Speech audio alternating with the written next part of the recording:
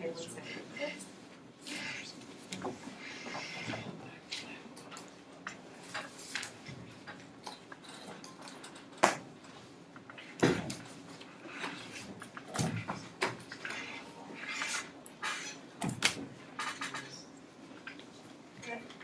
The time will come when men such as I will look upon the murder of animals as now they look upon the murder of men.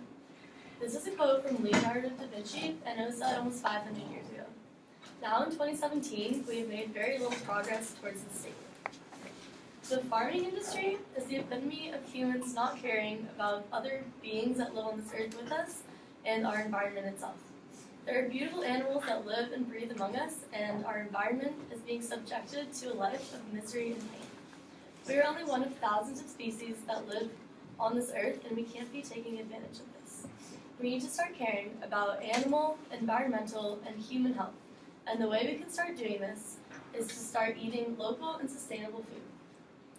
Anyone and everyone in this room should be able to find a way to care about this topic because it's impacting so many areas of our life. If we don't start taking action now, it's going to be detrimental towards the species living on this planet and the very planet that gives us life. So by supporting these local businesses, we're going to be supporting our local economies. And according to the Grace Communications Foundation, a standard definition for local food is within a 100-mile radius.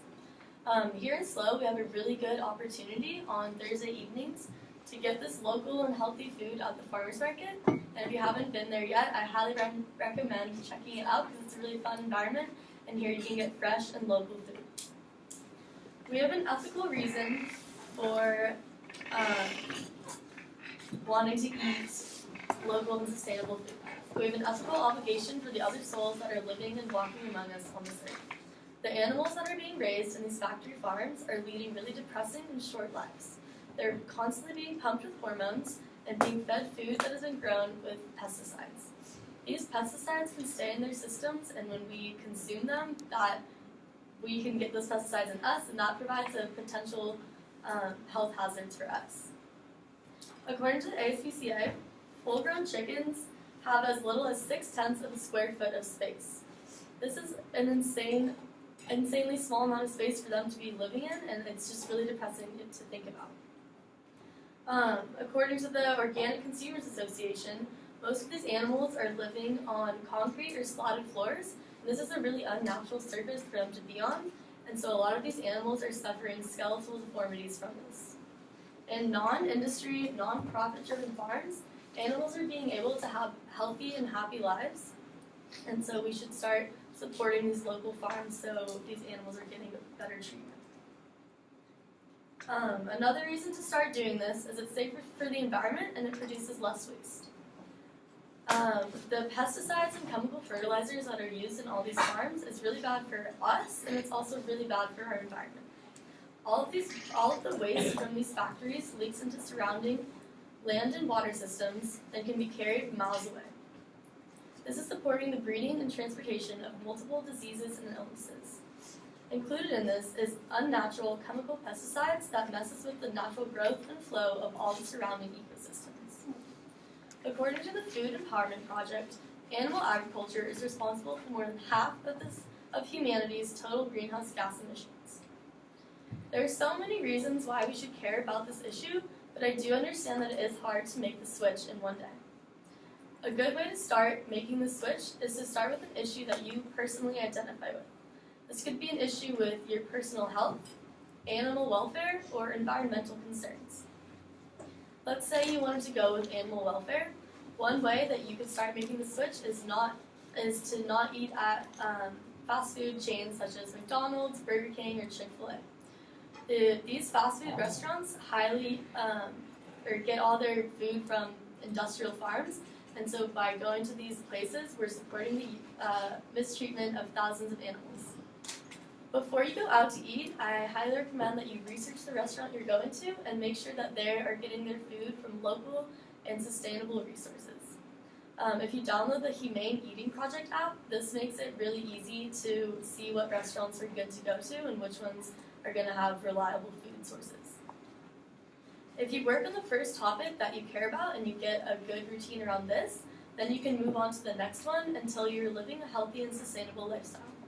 If we put in the time and research, we can have a high impact on the animals, the earth, and our own bodies.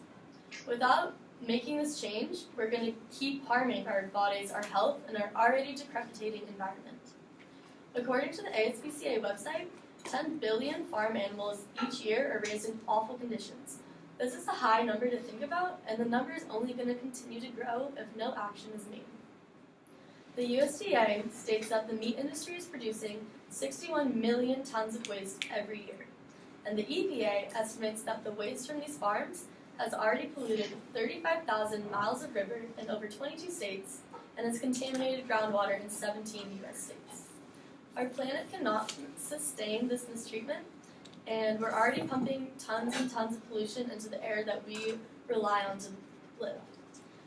With our new government, some really scary environmental policies are going to start being put into place, and while we don't have control over what they're doing, we do have a say in what we're eating and where it's coming from. The mistreatment of animals and the way that profit has been put in high, and the way people are caring more about profit than our environmental and personal health is really scary, and we need to start taking action now to change this terrifying trend. If you guys are interested in helping bring sustainable food to Cal Poly, I highly recommend you check out the Real Food Co-op. It's a club on campus that I'm part of, and our whole goal is to bring sustainable food to Cal Poly, and we do this in a couple ways. One way is you can get a veggie box, which you get once every 2 weeks for a quarter, and we bring you like local veggies from local farms, and they're seasonal, and so you're getting like really fresh stuff. Another way that we're trying to do is Tacos to Go and PCV isn't going to be there in fall of 2018, and so we're trying to bring a new restaurant there that would be run by students and stuff. We could bring like healthier options to campus. And another way that we do it is we have openings, and this quarter we've already had 2, and there's actually one happening today, and it started at 11, and it goes from 11 to 3, and on Dexter Lawn we're going to be selling chickpea veggie burgers topped with grilled veggies, along with a side of roasted garlic fingerling potatoes, and this is like a really good way to start supporting local people because we all get our food from local places. So if you're interested in that, I highly recommend checking it out. I encourage you to get involved both here on campus and in your hometowns when it comes to choosing what foods to consume and start making this world a better place to live.